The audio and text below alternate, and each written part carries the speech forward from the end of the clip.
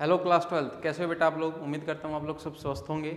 आज हम पढ़ेंगे torque on current carrying coil in a magnetic field. ठीक है, आपके पास एक लूप है और कह सकता हूँ मैं कॉइल है ABCD, जिसकी लेंथ L है और विड्थ क्या है B है, और उसमें से करंट कुछ इस डायरेक्शन में फ्लो हो रहा है। ठीक है, डेट इज फ्रॉम DCBA, इस डायरेक्शन में करंट क्या हो रहा है, फ्लो हो रहा है। और इसको एक मैग्नेटिक फील्ड बी में रखा गया है एंगल थीटा बनाते हुए। देखिए मैं इसको समझाता हूँ आपको। ये आपके पास कॉइल है, इसको थोड़ा सा टिल्ट किया और ये जो पेन है ये आपको मैग्नेटिक फील्ड की डायरेक्शन दिखा रहा है। ठीक है, सच डैट कॉइल और मैग्नेटिक फील्ड में एंगल कितना है, थीटा है। क्योंकि ये एक स्ट्रेट लाइन है और पेन और इस बुक के बीच में या कहूँ लूप के बीच में अगर एंगल थीटा है तो ये एंगल कितना हो गया बेटा, 180 माइनस थीटा हो गया। ठीक है, अब आपको करना क्या है, हर एक पर्टिकुलर जो कंडक्टर है that is AB conductor, CD conductor, CB conductor और AD कंडक्टर, इनके ऊपर आपको फोर्स निकाल लेना है। फोर्स क्यों लगेगा, आपको पता है कि अगर किसी कंडक्टर में से करंट फ्लो हो रहा हो और उसको मैग्नेटिक फील्ड में रख दिया जाए तो उसके ऊपर क्या लगता है, फोर्स लगता है। और फोर्स लगेगा और फोर्स के बाद हम देखेंगे कि क्या ये फोर्स इस कॉइल को रोटेट कर सकता है, टर्न कर सकता है। टर्न कर सकता है तो आपका आ जाएगा बेटा टॉर्क। तो समझते हैं बेटा कि हर एक कंडक्टर के ऊपर कैसे फोर्स लगेगा। देखिए पहले मैं बात करता हूँ फर्स्ट इस कंडक्टर की, AB कंडक्टर की। आपने पढ़ा था फोर्स किसी भी करंट कैरिंग कंडक्टर पर कितना लगता है जब उसे मैग्नेटिक फील्ड में रखा जाता है, I L क्रॉस B। तो L तो आपकी क्या हो गई, उसी डायरेक्शन में होगी जिस डायरेक्शन में क्या होता है, करंट होता है। लेट अगर मैं बात करूं तो इस पर्टिकुलर एंड की बात कर रहे हैं तो दिस विल बी माई क्या, L, और मैग्नेटिक फील्ड ये था आपका। ध्यान से देखिए आप, अगर इस मैग्नेटिक फील्ड को मैं यहाँ पर दिखाऊं, पैरेलली मैंने शिफ्ट किया है तो L और B आपस में क्या हो गए हैं बेटा, परपेंडिकुलर हो गए हैं। तो इनके बीच में एंगल कितना हो गया, 90। तो आपके पास F1 कितना आ गया, I L of AB into B, और इनको अगर मैं सोल्व करूंगा या ओपन करूंगा तो साइन थीटा आएगा और साइन इनके बीच में कितना है, 90, और आपके पास कितना आ गया, ILB। अब डायरेक्शन की बात करते हैं। आप ध्यान से देखें, आपका करंट एलिमेंट नीचे की तरफ होगा L और B इस तरफ है, इस तरफ है। तो L क्रॉस B करूंगा तो जो फोर्स की डायरेक्शन कैसे आई, बाहर की तरफ आई। क्लियर हो रही है बात आपको। तो F1 का मैग्नीट्यूड इतना है और डायरेक्शन कैसे आई, बाहर की तरफ। अब मैं इस कंडक्टर CD कंडक्टर पर बात कर लेता हूँ बेटा। CD कंडक्टर के लिए फोर्स का मैग्नीट्यूड कैसे निकालेंगे, I length of CD cross B। देखिए ध्यान से, उसी तरीके से जैसे अभी मैंने इस कंडक्टर के लिए बताया, इस कंडक्टर के लिए भी एंगल कितना हो जाएगा, 90, और मैग्नीट्यूड आ जाएगा बेटा IL क्रॉस B। डायरेक्शन देख लेते हैं।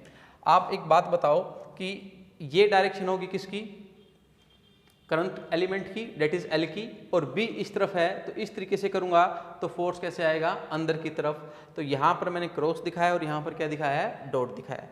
तो ये दोनों कंडक्टर आपके सोल्व हो चुके हैं। अब हम बात करेंगे इन दोनों कंडक्टर की। ठीक है, चलिए अगर आप ध्यान से देखें, कंडक्टर में करंट इस तरफ है और B इस तरफ है, तो आप क्या करेंगे, ये एंगल लेंगे आप। समझ आई बात, क्योंकि आपको पता है दोनों वेक्टर की टेल से टेल देखनी है आपको। मीडियल ये रहा, B ये रहा, और टेल यहाँ पर मिलती है कहीं। उसमें अगर मैं फोर्स देखना चाहूँ तो कुछ इस तरीके से देखेंगे, ये है मैग्नेटिक फील्ड और ये है आपका करंट एलिमेंट। समझ आ रही है बात आपको। तो आपको जो एंगल यहाँ पर कंसिडर करना है वो करंट एलिमेंट और मैग्नेटिक फील्ड के बीच में करना है 180 माइनस थीटा वाला। ठीक है, अब आप ध्यान से देखें और इस वेक्टर से इस पेन वाले वेक्टर की तरफ आप अपनी उंगली को कर्ल करें राइट हैंड की, तो अंगूठा आपको ऊपर की तरफ डायरेक्शन देगा। तो इस पर्टिकुलर कंडक्टर पर फोर्स कहाँ लग रहा है, ऊपर की तरफ लग रहा है। समझ आई बात। अब इसी तरीके से यहाँ पर देखें आप, करंट इस पर्टिकुलर AD में इस डायरेक्शन में है और ये रहा मैग्नेटिक फील्ड। क्लियर है, तो आपको क्या करना है, L क्रॉस B।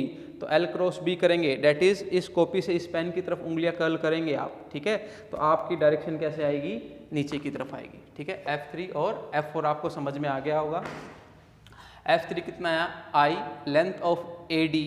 ठीक है, F3 नीचे वाला है, length of AD into B is equal to IB sine theta, और डायरेक्शन क्या आ गई, नीचे की तरफ। F4 आप निकाल लेंगे, IL of BC into magnetic field. आपके पास इस बार एंगल होगा 180 माइनस थीटा। एक बात नोट करें आप, जब भी आप दो वेक्टर का डायरेक्शन देखते हैं राइट हैंड रूल से, तो आपके वेक्टर्स क्या होने चाहिए, टेल टू टेल जुड़े होने चाहिए। देखिए मैंने आई वेक्टर ये क्यों लिया, आई ये हो गया और ये बी हो गया और यहाँ पर इनकी टेल से टेल जुड़ रही है, समझ आ रही है बात आपको। तो आप ये एंगल कंसिडर करेंगे। आप देखो यहाँ पर तो इसका हेड आ रहा है और इसका क्या आ रहा है, टेल। आप थीटा कंसिडर नहीं कर सकते, समझ आई बात। और साइन 180 माइनस थीटा कितना होता है बेटा, साइन थीटा, और डायरेक्शन क्या आ गई, ऊपर की तरफ। नोट करें F3 और F4 इक्वल इन मैग्नीट्यूड हैं और अपोजिट इन डायरेक्शन है, तो ये तो क्या हो जाएंगे बेटा, कैंसिल आउट हो जाएंगे।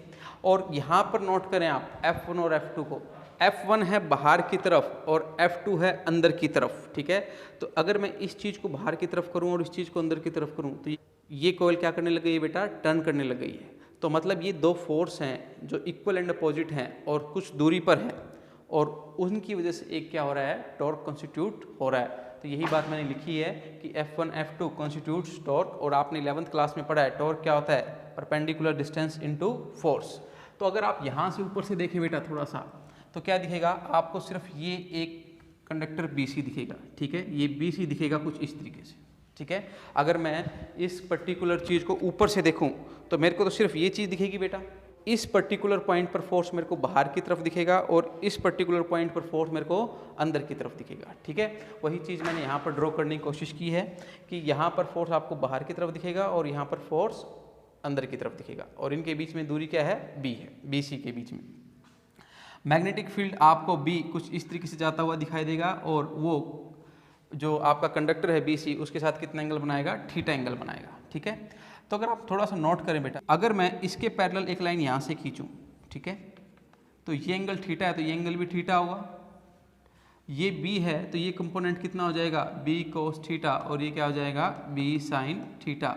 नोट करें F1 और F2 के बीच में परपेंडिकुलर डिस्टेंस कितनी है, B कोस थीटा। तो टॉर्क अगर मैं लिखूँ तो कितना लिखूँगा, B cos theta and I L capital B। इनको थोड़ा सा सही तरीके से लिखते हैं, I B L into B। देखिए क्या हो जाएगा, एरिया ऑफ दिस लूप हो जाएगा, ठीक है, A कोस थीटा।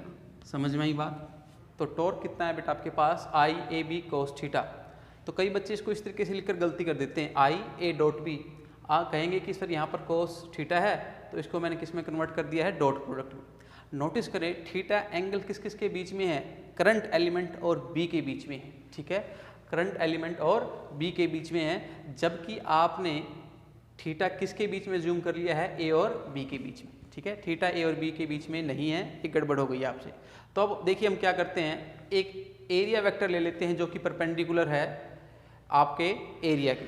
तो देखिए बेटा मैंने क्या किया, एक एरिया वेक्टर ले लिया जो कि ये पेन है, तो वो एरिया की क्या होगा, perpendicular, such that area vector और इस मार्कर को जो कि रिप्रेजेंट कर रहा है मैग्नेटिक फील्ड, उसके बीच में एंगल कितना है, अल्फा है। मार्कर और इस BC कंडक्टर के बीच में एंगल थीटा था, देख सकते हो आप वहाँ से।